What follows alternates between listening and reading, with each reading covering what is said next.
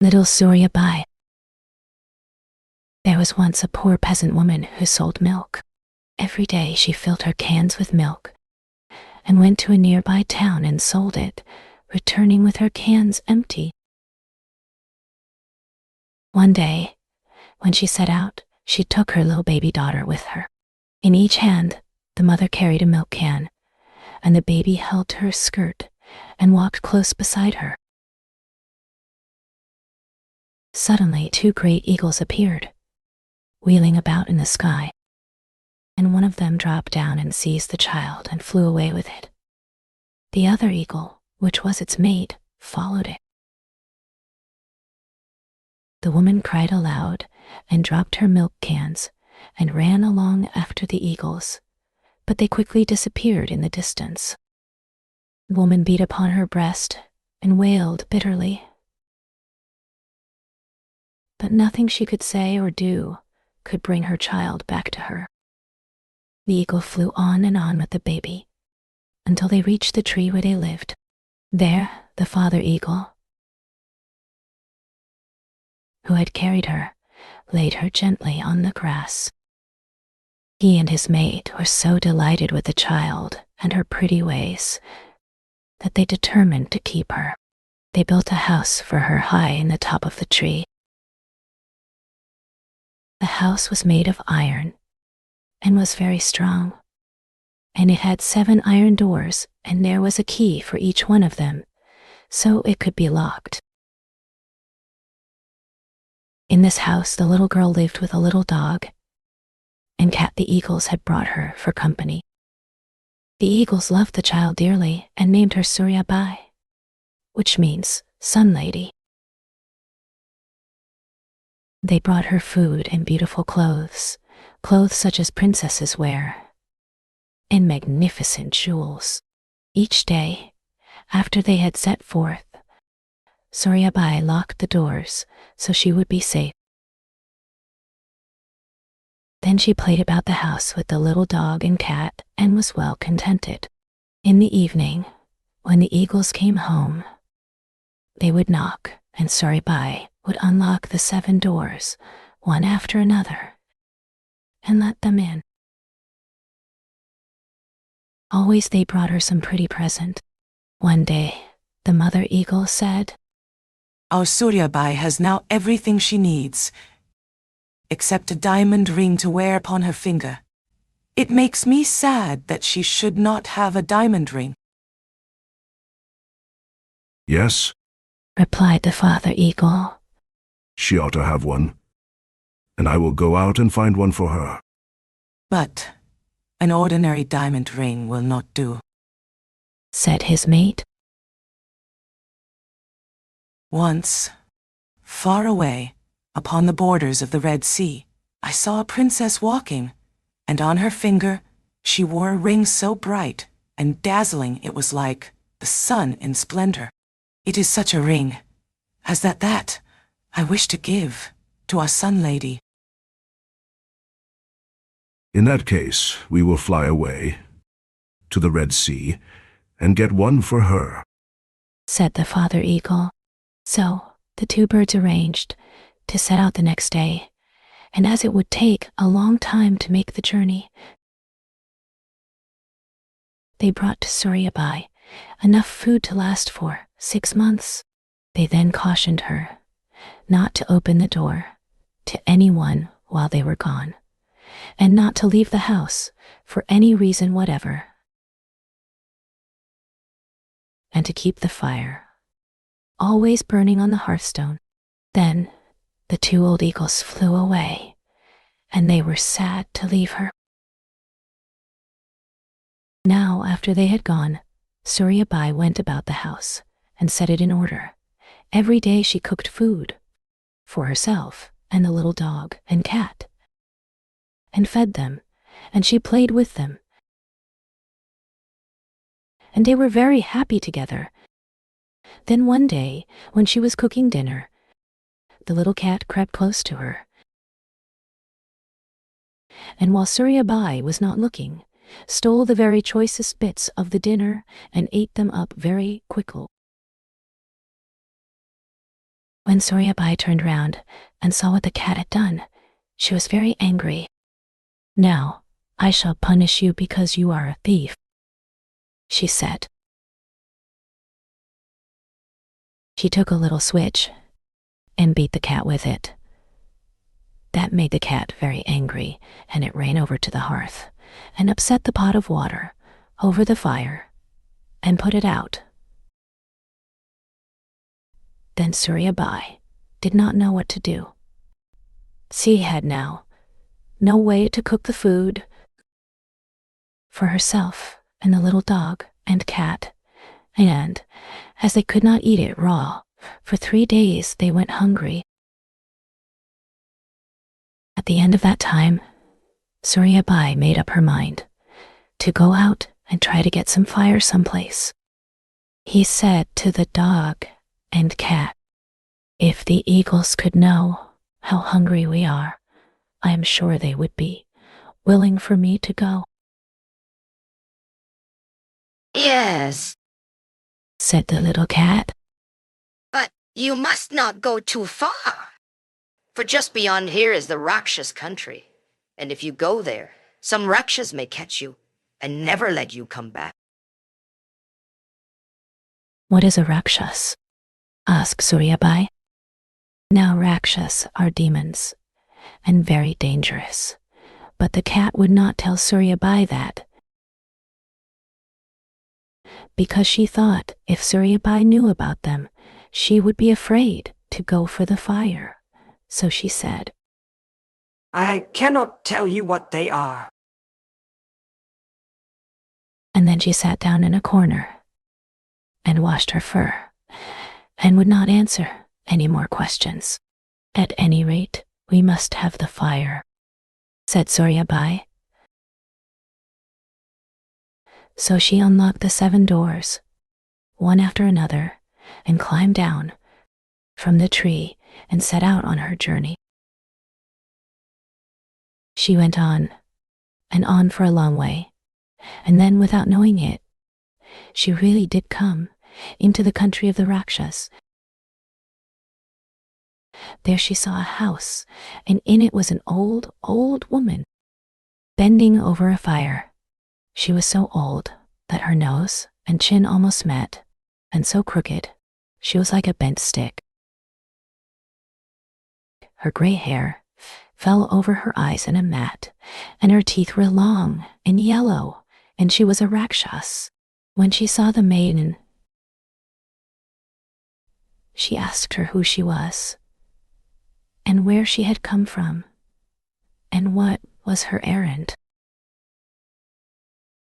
Surya Bai told her she came from a little house that had been built for her by a pair of eagles in a treetop far away. She told her the eagles were away from home,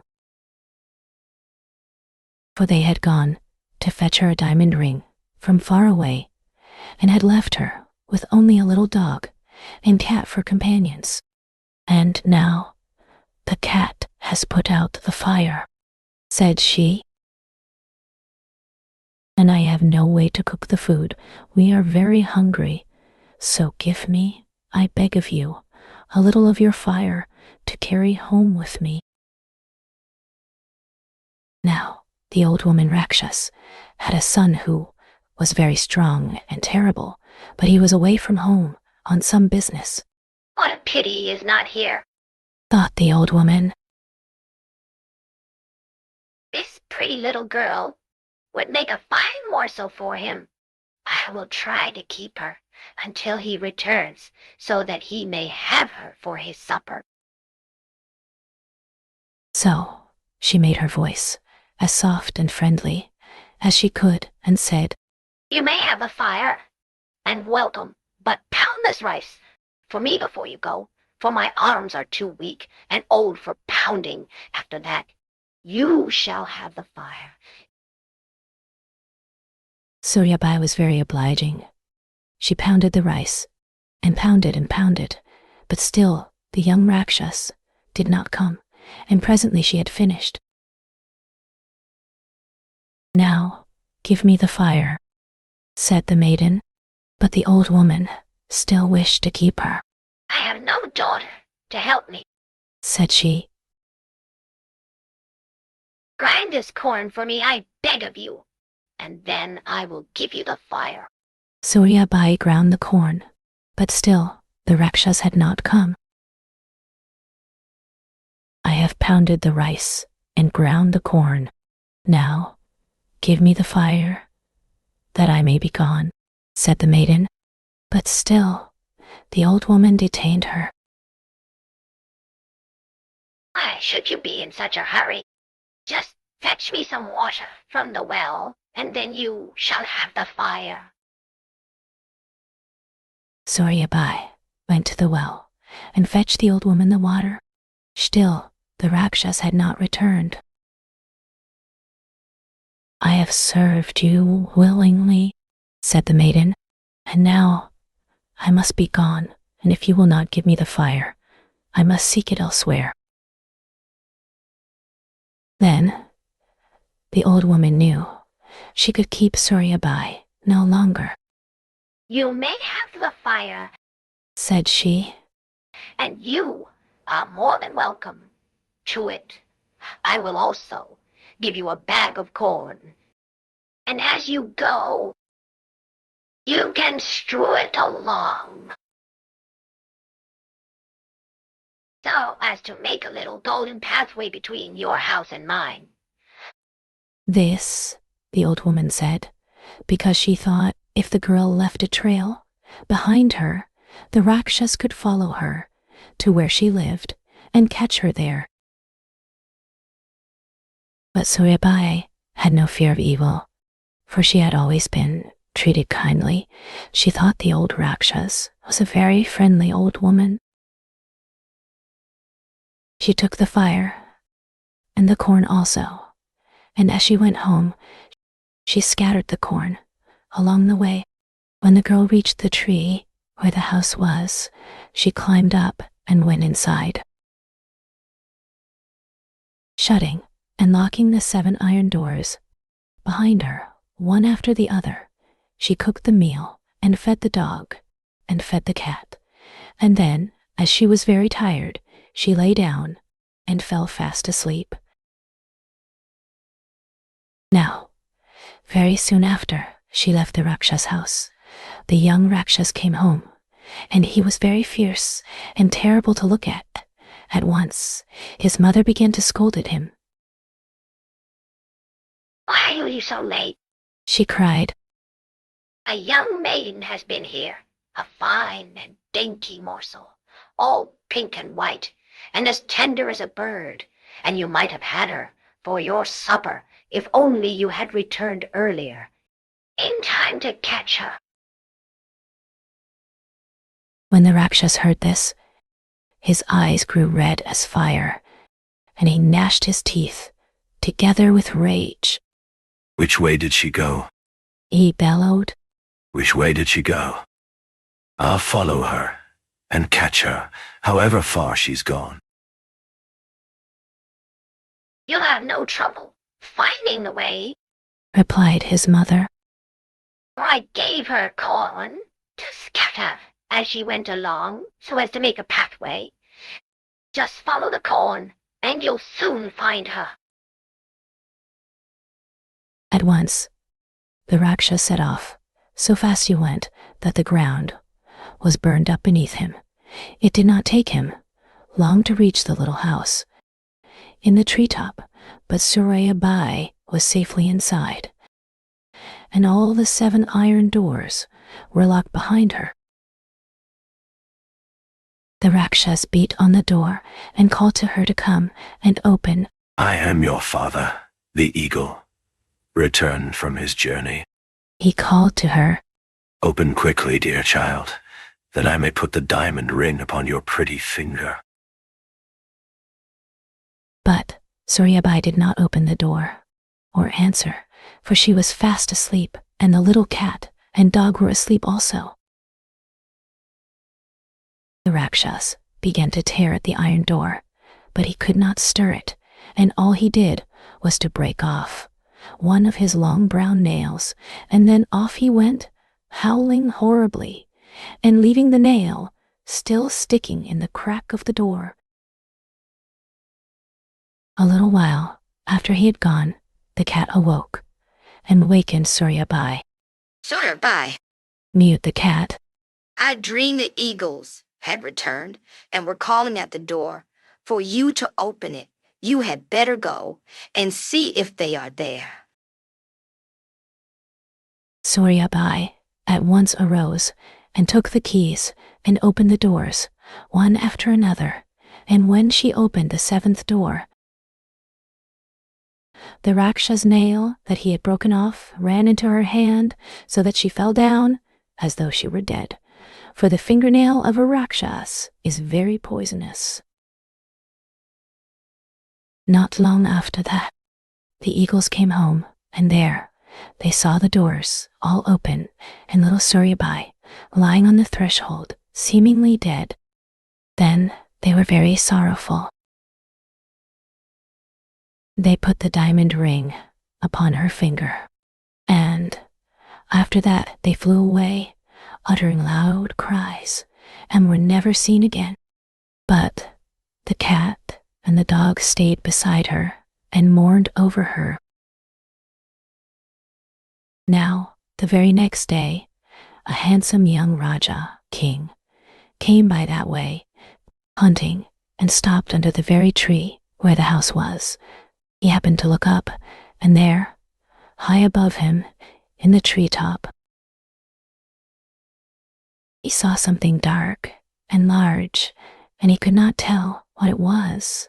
So he bade one of his attendants climb up and see.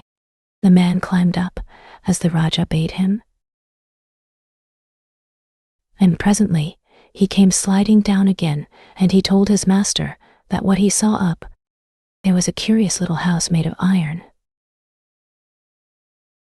The man told him the house had iron doors, but they were all open, and on the threshold of the first of the doors lay a lovely maiden.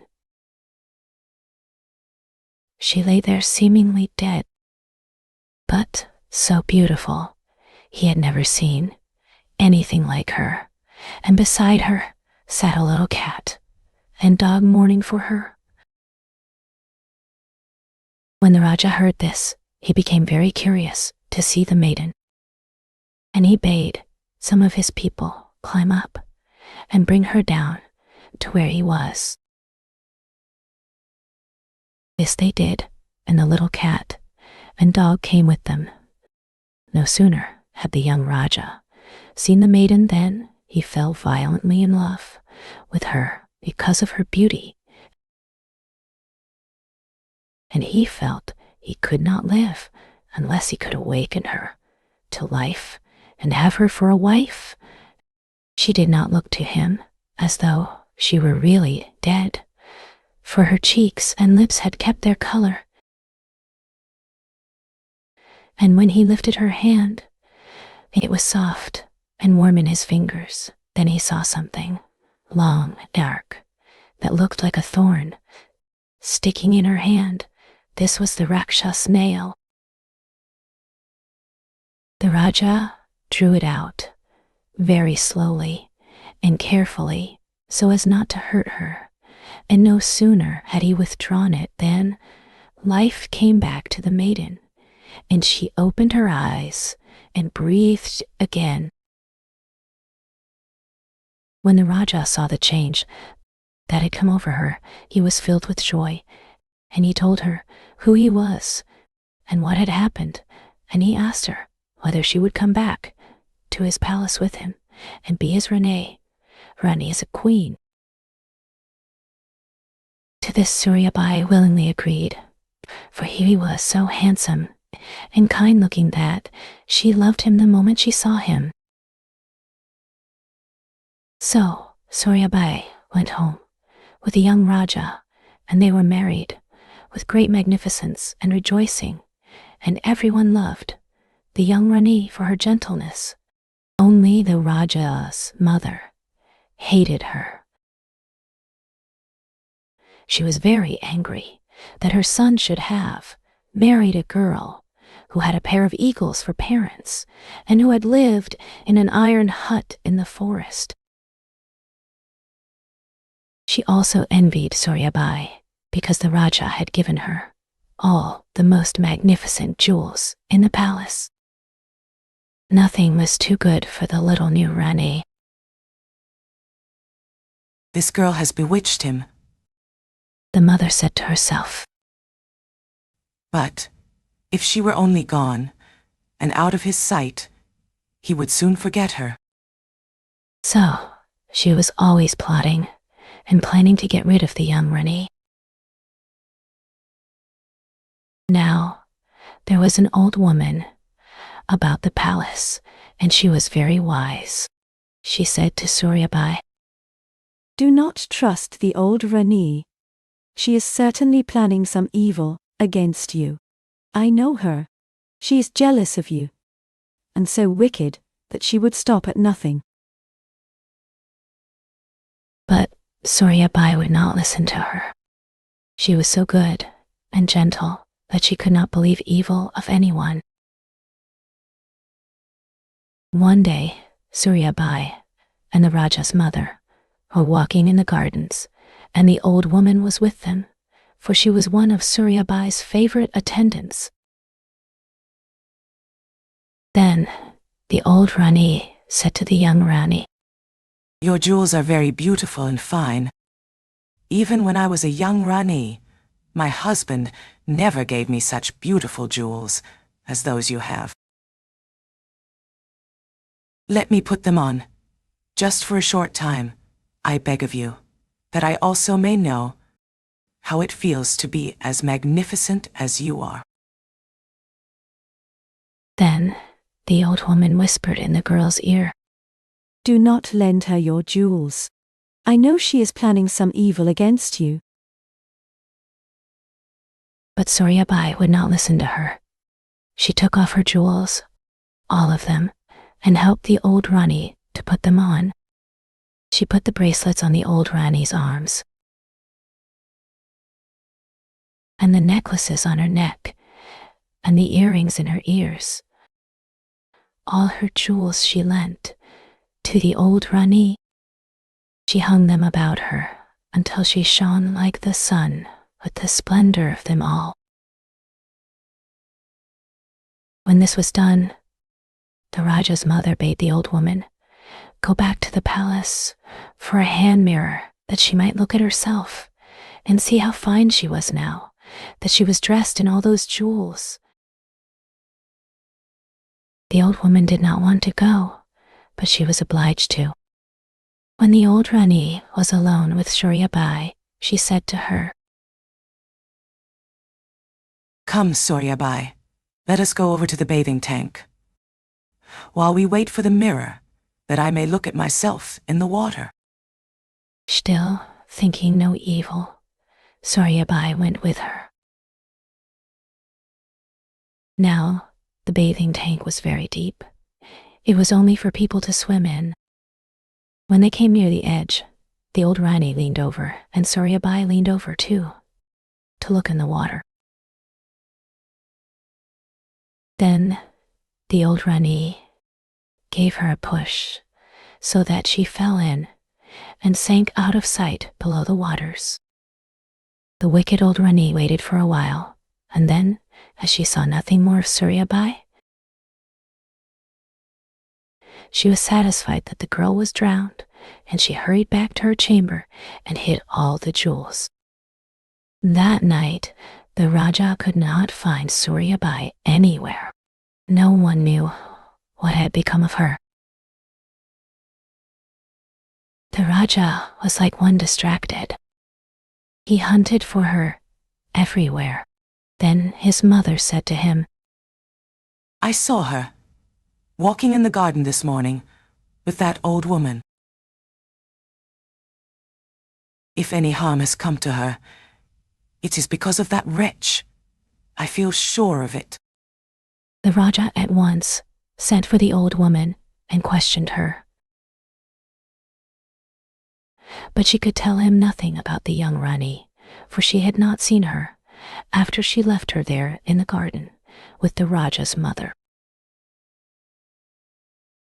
The old Rani managed to make the Raja feel very suspicious of the old woman, so he had her thrown into prison, and she lay there very miserable. But Surya Bai had not been altogether drowned when she sank down into the tank. Instead, she had changed into a beautiful golden flower that rose up and up through the waters until it reached the air. The next time the Raja came to the gardens, he saw something shining over in the bathing tank. And when he went nearer, he found a beautiful golden flower growing up out of the water. Then at once he became quite happy. The flower made him think of little Surya Bai, and a load seemed lifted from his heart. Now, every day he went out to the tank and spent long hours looking at the flower. And he talked to it as though it could hear him, and it never changed or withered. But soon the old Rani became very anxious. This flower certainly has something to do with Surya Bai. There's some magic about it, she said to herself.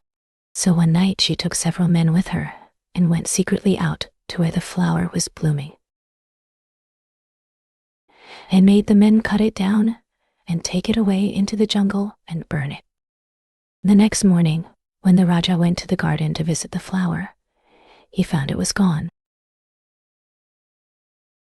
Then he was very unhappy, and he questioned the keepers of the garden, but they could tell him nothing about it. But even when the flower was burned, that was not the end of the young Rani. The wind caught up the ashes of the flower and blew them back into the garden, and they fell close beside the wall. From these ashes grew up a mango tree. It grew and grew until its top was higher than the garden walls and could be seen from the road outside the garden. Then, upon the very topmost bough, there bloomed a flower.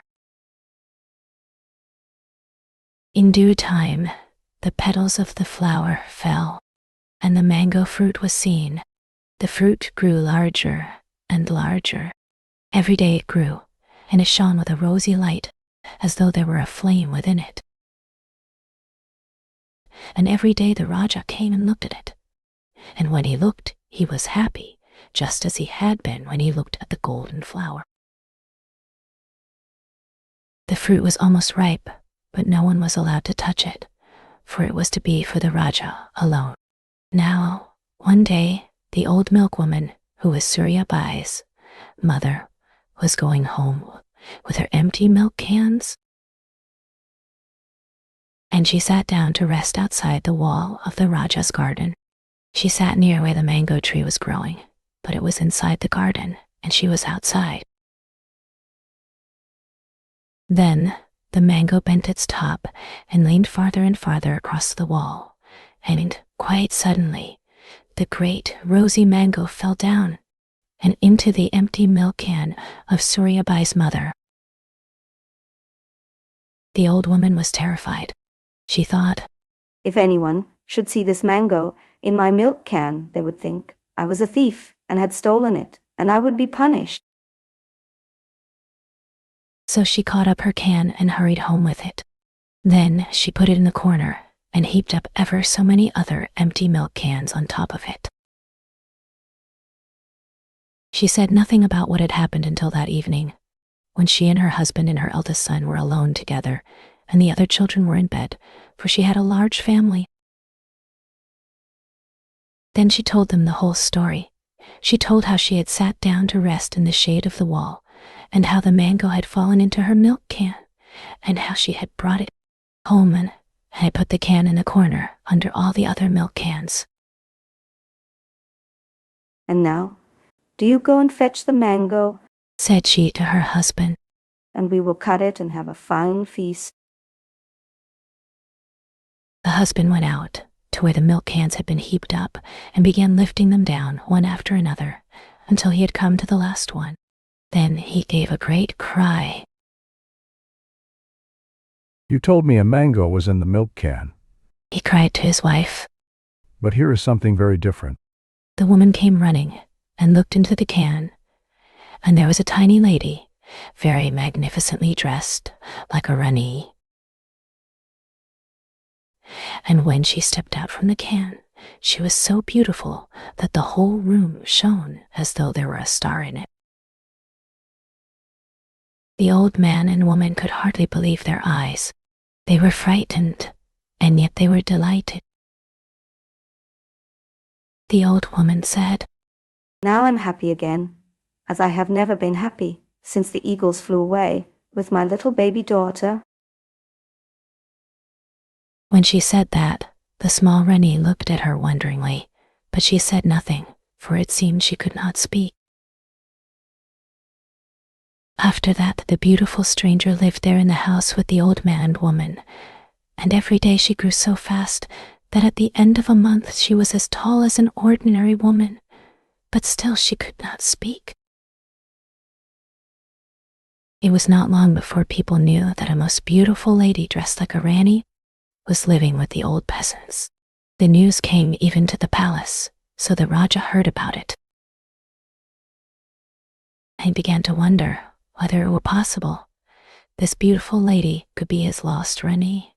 One day, he set out with only his faithful counselor for company and went to the house of the old peasants and knocked on the door. The old woman, who was Surya Bai's mother, looked out of the window, and when she saw the Raja there, she was very much frightened. She took Surya Bai and hid her behind a heap of milk cans, for she feared if the Raja saw the girl, he might begin to ask questions and find how the mango had dropped into the can. After the girl was hidden, the old woman opened the door. I wish to see the stranger who is living here with you, and who is so beautiful, and is dressed like a Rani, said the Raja. I do not know what you mean. Cried the old woman. No one lives here but me and my husband and children. This was true, only the old woman did not know it. The Raja questioned her, but she would make no other answer, and when he went through the house, he could see no one except the woman's husband, who was very much frightened, and the children she had spoken of. Then the young Raja went away, very sorrowful. But still he could not help wondering whether the peasant had deceived him. So he sent for the old woman, who had been Surya Bai's companion, and who was in prison. I wish you to go to such and such a place, said he, and make friends with the peasant woman who lives there. Then, after you are friends, find out, if you can, whether a stranger has been living with her, and if so, who she is. The old attendant did as the Raja bade her. It did not take long for her to make friends with the peasant woman, and one day the old peasant allowed her to see the strange lady who was living with her. At once the attendant knew the stranger to be the lost Rani, and she fell down and kissed her feet and wept over her. Then she told the old peasant the whole story. She told her of how Surya Bai had lived with the eagles, and how the Raja had found her and made her his wife, and how she had then disappeared, and how the Raja had mourned for her and sought her. When the old peasant heard this story, she was filled with wonder and with joy, for she knew then that Surya Bai was no other than the little daughter who had been carried away by the eagles. She could now no longer refuse to let the Raja see Surya Bai, and he was sent for. When he came and saw his dear wife as well, and as beautiful as ever, he could hardly contain himself for happiness. He took her in his arms, and wept over her and kissed her, and no sooner had he kissed her than her powers of speech came back, and she was no longer dumb. Then she told him the story of what had happened to her, and of how she had been pushed into the tank, and how she had come to be where she was. The Raja was very angry. He took Surya Bai back to the palace with him, and the wicked old Rani was shut up in a tower where she was very miserable all the rest of her life. But the peasants and their children were raised to great wealth and honor, and Surya Bai and the Raja lived happy forever after.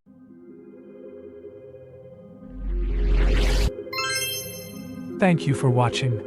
Please don't forget to subscribe my channel for more interesting and beautiful stories, and share our content with your friends.